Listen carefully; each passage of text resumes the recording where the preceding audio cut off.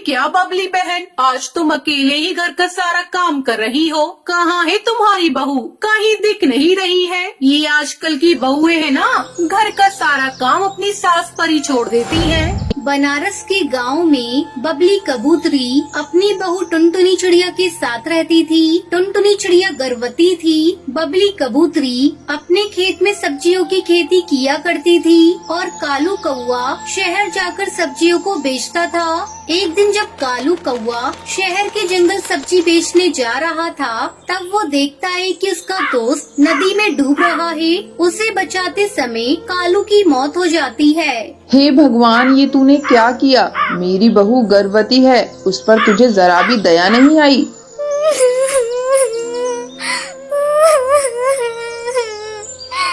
माँ जी, ये सब क्या हो गया? मेरे बच्चे ने किसी का क्या बिगाड़ा था जो भगवान ने इसके सर से पिता का साया छीन लिया? इस तरह 2 दिन गुजर जाते हैं। टुनटुनी चिड़िया ने खाना पीना छोड़ दिया था। बहू, ये ले थोड़ा दूध पी ले। 2 दिन हो गए तूने कुछ भी नहीं खाया। नहीं माँ जी, मैं ये दूध नहीं पीऊंगी। मेरा कुछ भी खाने पीने का मन नहीं कर रहा है। बहू, तू गर्भवती है, अपना नहीं तो कम से कम अपने होने वाले बच्चे का तो सोच। तेरे साथ साथ वो भी भूखा है। मेरा बेटा तो अब नहीं रहा, लेकिन उसका बच्चा तेरी कोख में पल रहा है। मैं तुझसे विनती करती हूँ, तू मेरे बेटे की निशानी मुझसे मत छीन। माँ जी, आप ऐसी बातें क्यों कर रही है? लाइए, मैं दूध पी लेती हूँ। मैं केवल अपने बारे में सोच रही थी। मेरा बच्चा भूखा है, इसके बारे में मैंने सोचा ही नहीं। अब से मैं अपने आने वाले बच्चे के लिए जीऊंगी। हाँ बहू, अब तुझे अपने बच्चे के लिए ही जीना होगा, वही हम दोनों का सहारा बनेगा। समय गुजरने लगता है। एक दिन बबली कबूतरी टुनटुनी चिड़िया से कहती है, बहू, मैं सोच रही हूँ सब्जियों की और खेती कर लूँ, ताकि तू सब्जियों को बेचकर घर का खर्च अच्छे से चला सके। बच्चा आएगा तो खर्चा भी बढ़ जाएगा। आप ठीक कह रही है माँ जी। ज्यादा सब्जी हम लोगों के पास होगी तो नए ग्राहकों को बेच सकते हैं। ये लीजिए कुछ पैसे, मैंने बचा कर रखे थे। इससे आप सब्जियों के बीज खरीद लीजिए। दोनों सास बहू सब्जी बेचकर अपना पेट पालने लगती हैं। एक दिन टुनटुनी के पेट में बहुत जोरों से दर्द हो रहा था। माँ जी, आज मेरे पेट में बहुत जोरों से दर्द हो रहा है। मुझसे कोई काम नहीं होगा? हाँ बहू, तू जाकर आराम कर। लगता है तेरा अंडा देने का समय आ गया है। टुनटुनी चिड़िया आराम करने चली जाती है। तभी बबली कबूतरी की पड़ोसन टूनी चिड़िया और हरी काकी उसके घर आती है। ये क्या बबली बहन, आज तुम अकेले ही घर का सारा काम कर रही हो? कहाँ है तुम्हारी बहू? कहीं दिख नहीं रही है। ये आजकल की बहुएं है ना, घर का सारा काम अपनी सास पर ही छोड़ देती है। अरे नहीं हरी काकी, ऐसी कोई बात नहीं। मेरी बहू लाखों में एक है। वो गर्भवती है। आज उसके पेट में दर्द हो रहा था, इसलिए मैंने उसे आराम करने को कहा है। आजकल की बहुओं को तुम क्या जानो बबली बहन, एक नंबर की नौटंकी बाज होती हैं। अरे हमने भी तो अपने जमाने में बच्चे जने थे। मजाल है जो सास ने कभी आराम करने को कहा हो। खैर छोड़ो, तुम्हारी बहू है, तुम ही जानो। फिर हरी काकी और टूनी चिड़िया वहाँ से चली जाती है। बहू, अब तेरे पेट का दर्द कैसा है? ये देखिए माँ जी, मैंने 2 अंडे दिए हैं। ये तो बहुत खुशी की बात है बहू। अब हमारे आंगन में भी मेरे पोता पोती खेलेंगे। बहू, अब तू अंडों की देखभाल कर, मैं तेरे लिए भोजन बना कर लाती हूँ। माँ जी, पिछले जन्म मैंने जरूर कोई पुण्य किए होंगे, तभी आप जैसी सासू माँ मुझे मिली है। मैं हरी काकी और टूनी काकी की सारी बातें सुन रही थी। कैसे वो मेरे खिलाफ आपको भड़का रही थी। मैं किसी के बहकावे में नहीं आने वाली। मैंने बहू नहीं बेटी माना है। तेरा दुख मेरा दुख है। तू अब इन बातों पर ध्यान देना बंद कर। कुछ ही दिनों में टुनटुनी के बच्चे अंडे से बाहर आ जाते हैं। दोनों सास बहू बच्चों को देखकर खुश हो जाती हैं और खुशी खुशी बच्चों का पालन पोषण करने लगती हैं। तो ये थी आज की कहानी। आज का सवाल ये है, टुनटुनी कितने अंडे देती है? अगर आपको पता है तो कमेंट करके जरूर बताएं। वीडियो अच्छी लगी हो तो इस वीडियो को लाइक और शेयर करना ना भूलें। सुनिए जी, आप पापा बनने वाले हैं। कम से कम अब तो शराब पीना छोड़ दीजिए। कम बखत, मैं कुछ नहीं बोल रहा हूँ तो तू मेरे सर पर चढ़ी जा रही है। मैं शराब एक गांव में टुनटुनी चिड़िया अपनी माँ टूनी चिड़िया के साथ रहती थी। टुनटुनी का पिता कालू कौआ एक बस ड्राइवर था। टुनटुनी जब भी अपने पिता को लकड़ी की बस चलाते हुए देखती तो उससे कहती, पिताजी, मैं भी लकड़ी की बस चलाना सीखना चाहती हूँ, क्योंकि बड़ी होकर मैं भी आपकी तरह लकड़ी बस ड्राइवर बनना चाहती हूँ। ठीक है बिटिया, जब तेरे स्कूल की छुट्टी होगी मैं तुझे लकड़ी बस चलाना सिखा दूंगा। आप ये क्या कह रहे हैं जी? बेटी है, शादी करके दूसरे घर जाना है, इसे लकड़ी बस चलाना सिखाकर क्या करना है? जल्दी से इसकी पढ़ाई पूरी हो जाए तो एक अच्छा रिश्ता देखकर इसकी शादी कर देंगे। टुनटुनी की माँ, अगर बिटिया लकड़ी बस चलाना सीख जाएगी तो इसमें बुरा ही क्या है? बेटा तू उदास मत हो, तेरी माँ तो कुछ भी बोलती रहती है। मैं तुझे लकड़ी बस चलाना जरूर सिखाऊंगा, ये मेरा वादा है। इस तरह कुछ दिन बीत जाते हैं। वादे के मुताबिक कालू टुनटुनी को बस चलाना सिखा देता है। कुछ समय बाद पढ़ाई भी पूरी हो जाती है। एक दिन जब कालू कौआ भोजन कर रहा था तब टूनी चिड़िया उससे कहती है, सुनो जी, अपनी टुनटुनी बड़ी हो गई है, कोई अच्छा रिश्ता देखकर उसके हाथ पीले कर दो। कब तक बेटी को घर में बिठाए रखेंगे? टुनटुनी की माँ, तुमने तो मेरे मुंह की बात छीन ली। कल मेरा दोस्त बंटी कबूतर मुझसे मिला था। वो अपने बेटे की शादी टुनटुनी से करना चाहता है। उसका इकलौता बेटा है मैक्स। वो शहर में नौकरी करता है। छोटा परिवार और सुखी परिवार है। तुम कहो तो मैं आगे शादी की बात करूँ? ये तो बड़ी अच्छी बात है जी, तुम शादी की तारीख पक्की कर दो। बंटी कबूतर भी लकड़ी की बस चलाता था। वो कालू कौवे का बहुत अच्छा दोस्त था। जल्द ही टुनटुनी की शादी बंटी कबूतर के बेटे मैक्स कबूतर से हो जाती है। टुनटुनी अपने ससुराल में बहुत खुश थी। अचानक एक दिन मैक्स की नौकरी छूट जाती है और वो शराब पीकर घर आता है। ये क्या जी, आपने तो शराब पी रखी है, लेकिन आप तो शराब कभी पीते ही नहीं थे। उस दिन के बाद से मैक्स रोज रोज शराब पीकर घर आने लगा और जरा जरा बात पर झगड़ा करने लगा। इसी बीच टुनटुनी अंडे देने वाली होती है। वो ये बात मैक्स को बताती है।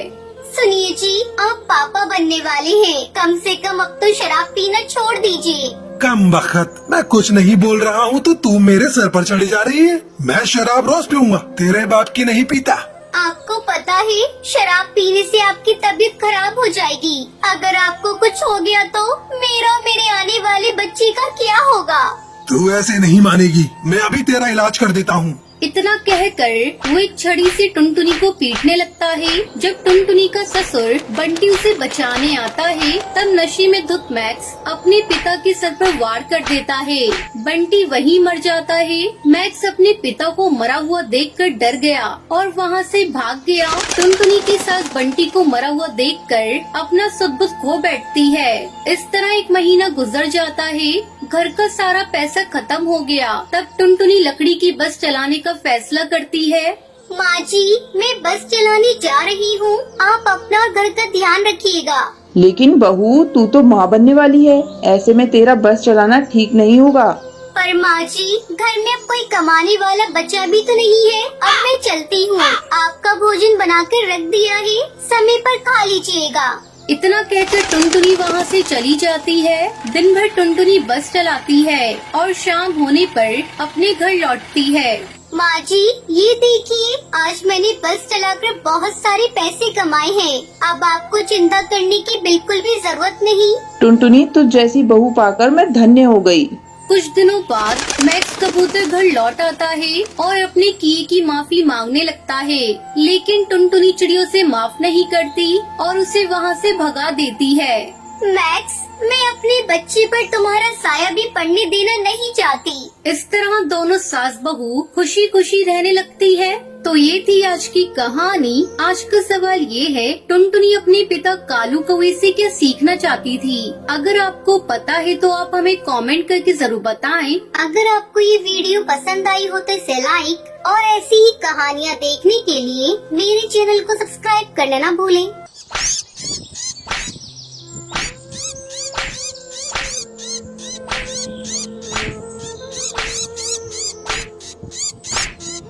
सुंदरवन जंगल में टुनटुनी चिड़िया अपने पति कालू कौवे के साथ रहती थी। टुनटुनी की शादी हुए अभी कुछ ही महीने गुजरे थे।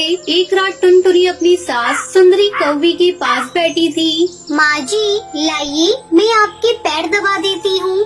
अरे नहीं बहू, तू जा, रात बहुत हो चुकी है। कालू तेरा इंतजार कर रहा होगा। अगर तू नहीं गई तो वो नाराज हो जाएगा, ठीक है?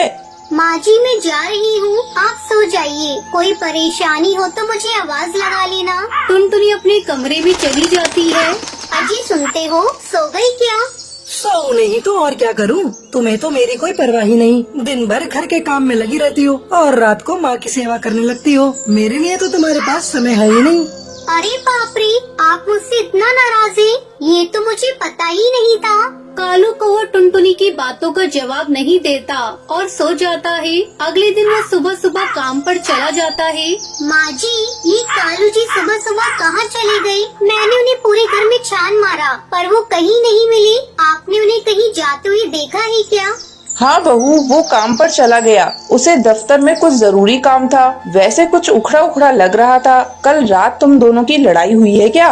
नहीं माँ जी, लड़ाई तो नहीं हुई, पर वो मुझसे थोड़े नाराज हैं। बहू, तू हर समय मेरी सेवा में लगी रहती है। तू अपने पति पर भी ध्यान दिया कर। उधर कालू कौवा ऑफिस में बैठा था, तभी उसका बॉस कड़कनाथ सेठ वहाँ आता है। क्या बात है कालू, आज तुम्हारा मन काम करने में नहीं लग रहा है? घर में पत्नी से झगड़ा करके आए हो क्या? नहीं नहीं सर, ऐसी कोई बात नहीं। तो ठीक है, अपना काम मन लगा कर करो। इतना कहकर कड़कनाथ सेठ वहाँ से चला जाता है। शाम को जब कालू अपने घर जाता है तो देखता है वहाँ टुनटुनी की सहेली पिंकी चिड़िया आई हुई है। ये कौन है टुनटुनी? मैंने इन्हें पहचाना नहीं। अरे जीजू, मैं टुनटुनी की सहेली हूँ और आपसे मुझे एक बहुत जरूरी काम है। कहिए, आपको मुझसे कौन सा जरूरी काम है? वो ऐसा है जीजू, मेरे पापा की एक फाइल आपके ऑफिस में अटकी पड़ी है। बस उस पर आपका सिग्नेचर चाहिए। वैसे तो ऑफिस के चक्कर मेरे पापा लगाते थे, लेकिन आज उनकी तबीयत कुछ खराब है, इसलिए मैं यहाँ आई हूँ। ठीक है पिंकी जी, आपका काम हो जाएगा। आप कल मेरे ऑफिस में आकर मुझसे मिलिए। कालू कौवा पिंकी की खूबसूरती और उसकी मीठी मीठी बातों का दीवाना हो गया था।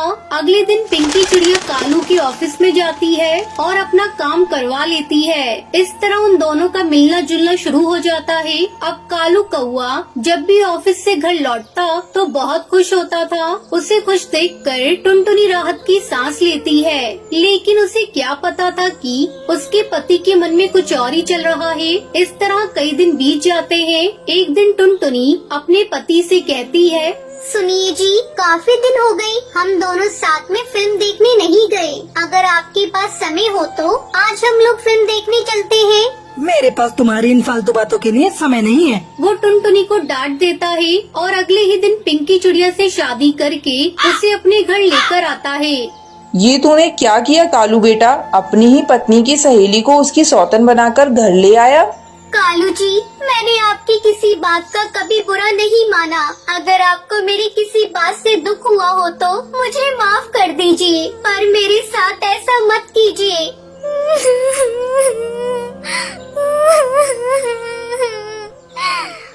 और तू तो मेरी सबसे अच्छी सहेली है ना? तुझे मेरा ही घर मिला था बर्बाद करने को। चल हट, अब मैं तेरी कोई सहेली नहीं, तेरी सौतन हूँ। सौतन, जल्दी से अपना बोरिया बिस्तर बांध और यहाँ से निकल। तू मुझे यहाँ से क्या निकालेगी? मैं खुद ऐसे पति के साथ रहना नहीं चाहती। टुनटुनी रोती हुई वहाँ से चली जाती है और उसके पीछे पीछे उसकी सास सुंदरी भी उसके साथ चली जाती है और दोनों सास बहू अपना अलग घोंसला बनाकर खुशी खुशी रहने लगती है।